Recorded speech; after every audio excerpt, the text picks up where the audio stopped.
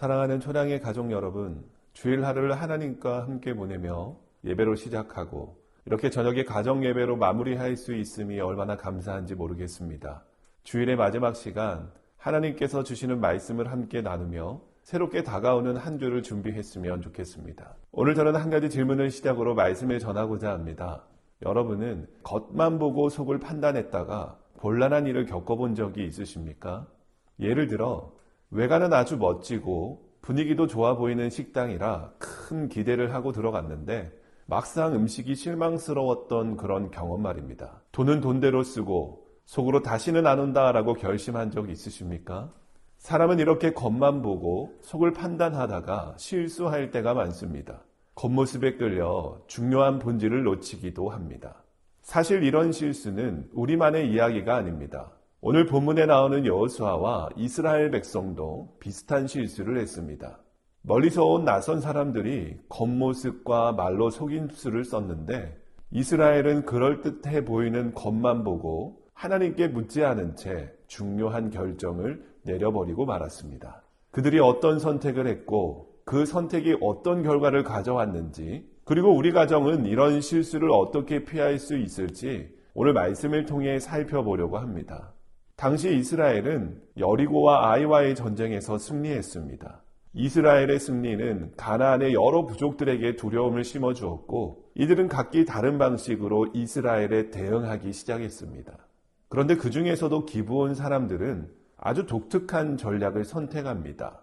기브온 사람들은 싸우는 대신 속임수를 통해 살아남으려고 했던 것입니다. 여호수아와 이스라엘 백성이 하나님께로부터 받은 명령은 가나안의 모든 족속을 멸하라는 것이었기 때문에 기브온은 자신들이 이스라엘의 제거 대상이 될 것임을 알고 있었던 것이죠. 그들은 이스라엘과 직접적인 대결로는 승산이 없다는 판단을 내리고 꾀를 냈습니다. 헤어진 옷과 낡은 신발, 마른 떡과 곰팡이 핀 음식 같은 소품을 준비해서 자신들이 아주 먼 나라에서 온 사람들처럼 꾸몄습니다. 이 모습은 자신들이 가나안 족속이 아니라는 점을 강조하려는 의도였던 것이죠. 기브온 사람들은 여호수아에게 접근해 하나님께서 행하신 놀라운 일들을 듣고 먼 길을 왔다고 말했습니다. 특히 그들은 이스라엘이 하나님을 통해 애굽에서 이룬 일과 요단 동쪽에서의 승리를 언급하며 자신들이 하나님을 경외하는 자들처럼 보이게 만들었습니다. 이 전략은 매우 효과적이었는데요. 기브온 사람들은 겸손한 태도로 자신들을 종이라 칭하며 여호수아와 이스라엘의 동정을 샀고 이스라엘의 지도자들은 그들의 겉모습과 말에 쉽게 설득당했습니다. 이스라엘 지도자들은 기브온 사람들의 말과 겉모습만 보고 판단해 하친 언약을 맺었던 것이죠. 그러나 여기서 본문이 지적하는 중요한 문제가 있었는데요. 14절 말씀을 보면 여호와께 묻지 아니하고 라고 말씀합니다. 이 말은 이 사건의 가장 치명적인 실수를 드러내는 말입니다. 여호수아와 지도자들은 하나님께 묻지 않고 기브온 주민들과 너무나 쉽게 하친을 맺었던 것입니다. 그렇게 여호수아와 이스라엘 백성은 기브온 사람들과 하친 언약을 맺은 후 그들이 실제로 가까운 지역에 사는 가나안 족속임을 알게 됩니다. 하지만 이미 맺은 언약을 깨뜨릴 수는 없었죠. 이스라엘의 지도자들은 자신들의 맹세를 지켜야 했기 때문에 기브온을 공격하지 못했을 뿐 아니라 이후 기브온을 다른 가나안 부족들로부터 보호해야 하는 책임까지 지게 되었습니다. 여호수아 10장에서 기브온이 다른 가나안 연합군의 공격을 받자 이스라엘은 기브온을 위해 싸워야 했습니다. 여러분, 여호수아와 이스라엘 백성의 모습을 통해 우리는 중요한 교훈을 얻을 수 있습니다. 기브온 사람들의 그 낡은 옷과 곰팡이 핀 빵 같은 겉모습이 이스라엘 지도자들의 판단을 흐리게 했습니다. 그래서 그들은 하나님께 묻지 않고 겉모습과 말만 믿고 결정을 내렸습니다. 우리도 마찬가지입니다. 때로는 상황을 겉으로만 보고 판단하다가 실수를 하곤 합니다.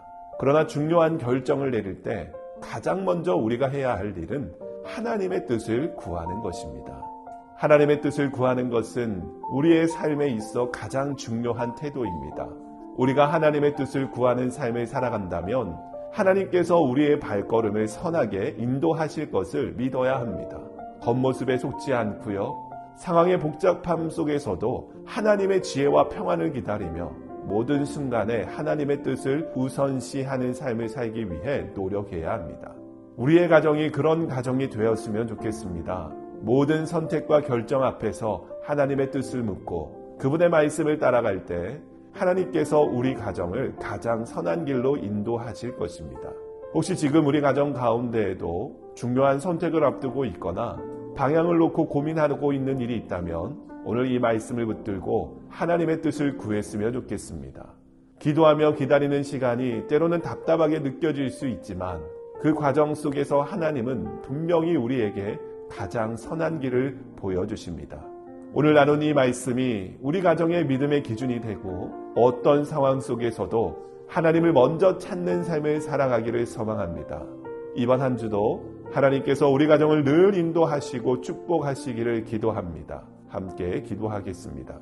사랑의 주님, 참 감사합니다. 오늘 들은 말씀을 기억하며 어디에서나 하나님께 먼저 묻고 하나님의 말씀을 따라 살아가는 우리 가정 될 수 있도록 은혜 주시고 인도하여 주시옵소서. 감사드리며 살아계신 예수님의 이름으로 기도합니다. 아멘.